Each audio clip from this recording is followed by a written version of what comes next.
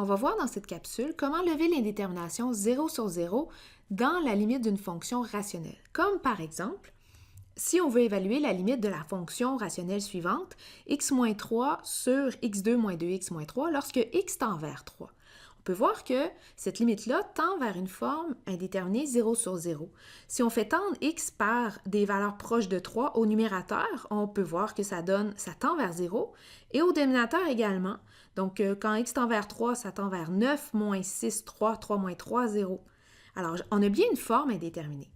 Notre but, c'est de lever l'indétermination. Donc, on pourrait se poser comme question, quel est le responsable du 0 au numérateur et au dénominateur? Eh bien, on va attribuer la responsabilité, en fait, à un facteur.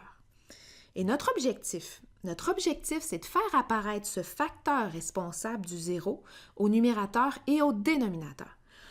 Par exemple, si on prend notre fonction rationnelle, au numérateur, on peut très bien imaginer que le facteur responsable, c'est x moins 3.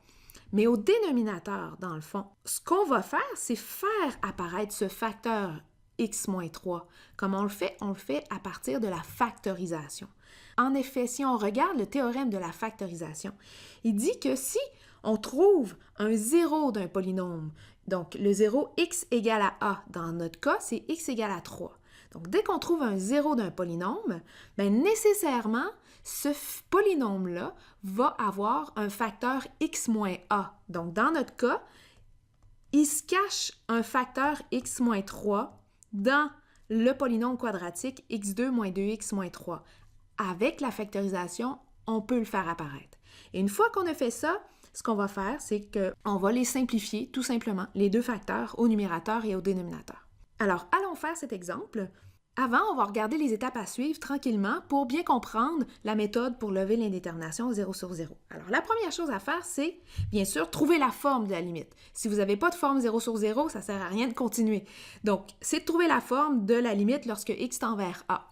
Donc, si on est en face de la forme 0 sur 0, on poursuit, on factorise. Donc, on factorise dans le but toujours de faire apparaître un facteur x moins a au numérateur et au dénominateur. On sait que les zéros de nos polynômes au numérateur et au dénominateur, c'est x égale à a, alors le facteur x moins a est le facteur responsable. Maintenant, après qu'on va avoir factorisé, on va simplifier les facteurs. Et quatrièmement, quand là, on va avoir simplifié, on va avoir une nouvelle fonction rationnelle qu'on va pouvoir évaluer la limite. Alors, allons-y. Premièrement, on connaît déjà la forme de la limite. On sait qu'on a une forme 0 sur 0. Deuxième étape, il faut factoriser. Dans ce cas-ci, on va factoriser le dénominateur. Alors, je veux calculer la limite lorsque x tend vers 3. Mon numérateur est x moins 3. Et au dénominateur, la factorisation, bien, on connaît déjà que x moins 3 est un facteur de ce polynôme-là. Maintenant, il suffit de trouver le deuxième facteur. Alors, vous pouvez y aller de la méthode que vous préférez, soit la méthode de somme-produit ou bien avec la formule quadratique. On va trouver le facteur x plus 1. Vous pouvez vérifier en multipliant les deux facteurs qu'on obtient bien le polynôme x2 moins 2x moins 3. Maintenant, troisième étape, on peut simplifier ces deux facteurs-là. Donc, au numérateur et au dénominateur, on a deux facteurs x moins 3. Maintenant, il faut que je mentionne une chose très importante. N'oubliez pas que lorsqu'on simplifie, on peut simplifier si et seulement si les deux facteurs en fait sont différents de 0.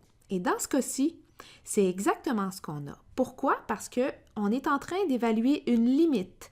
Et donc, une limite lorsque x tend vers 3, c'est-à-dire des valeurs différentes de 3. Près de 3, mais différentes de 3. Ce qui implique que mes deux facteurs, en fait mon facteur x moins 3, est bien différent de 0. Alors, une fois que la simplification est faite, on obtient une nouvelle fonction rationnelle et il nous reste à faire la limite de la fonction 1 sur x plus 1 lorsque x tend vers 3.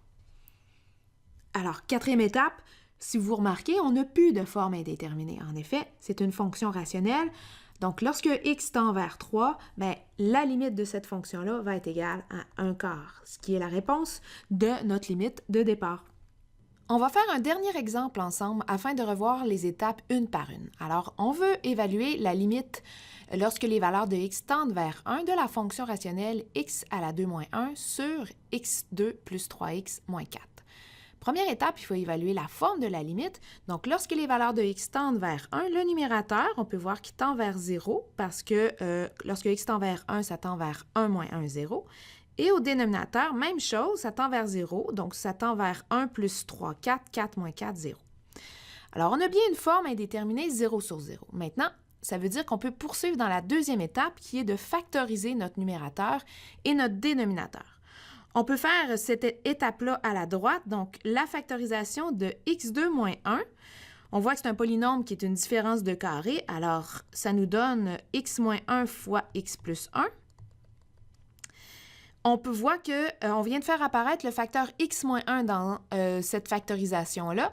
C'était d'ailleurs l'objectif de notre factorisation. Alors, on factorise maintenant le dénominateur, x2 plus 3x moins 4. On sait qu'il va avoir dans sa factorisation le polynôme x moins 1. Pour le deuxième facteur, on peut y aller par essai et erreur ou bien par la méthode somme-produit.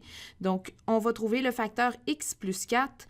Quand vous multipliez x moins 1 fois x plus 4, ça nous donne bien x à la 2 plus 3x moins 4. Donc, réécrivons ces deux factorisations-là dans notre nouvelle limite. Alors, au numérateur, x moins 1 fois x plus 1 et au dénominateur, x moins 1 fois x plus 4. La troisième étape, c'est de simplifier les facteurs x-1. Donc, on peut faire cette simplification-là parce que les valeurs de x sont différentes de 1 quand on fait une limite, lorsque x tend vers 1. Alors, on simplifie les deux facteurs x-1 et on obtient la nouvelle fonction rationnelle x plus 1 sur x plus 4. Maintenant, on a levé l'indétermination 0 sur 0. Alors, quatrième étape, on évalue cette limite-là lorsque x tend vers 1. Au numérateur, ça tend vers 2. Et au dénominateur, ça tend vers 1 plus 4, 5. Alors, la limite de notre fonction, c'est 2 cinquièmes. En résumé, vous êtes maintenant en mesure de lever des indéterminations 0 sur les limites de fonctions rationnelles. Si je résume rapidement les étapes, ce que vous devez faire, votre objectif, c'est de faire apparaître le facteur responsable du 0 au numérateur et au dénominateur. Vous allez faire apparaître ce facteur-là en, bien sûr, factorisant. Une fois factorisé, vous allez pouvoir simplifier les facteurs et ainsi lever votre indétermination 0 sur 0. Ensuite, il va vous rester finalement à évaluer la nouvelle limite de votre fonction simplifiée. Alors, je vous remercie. À la prochaine!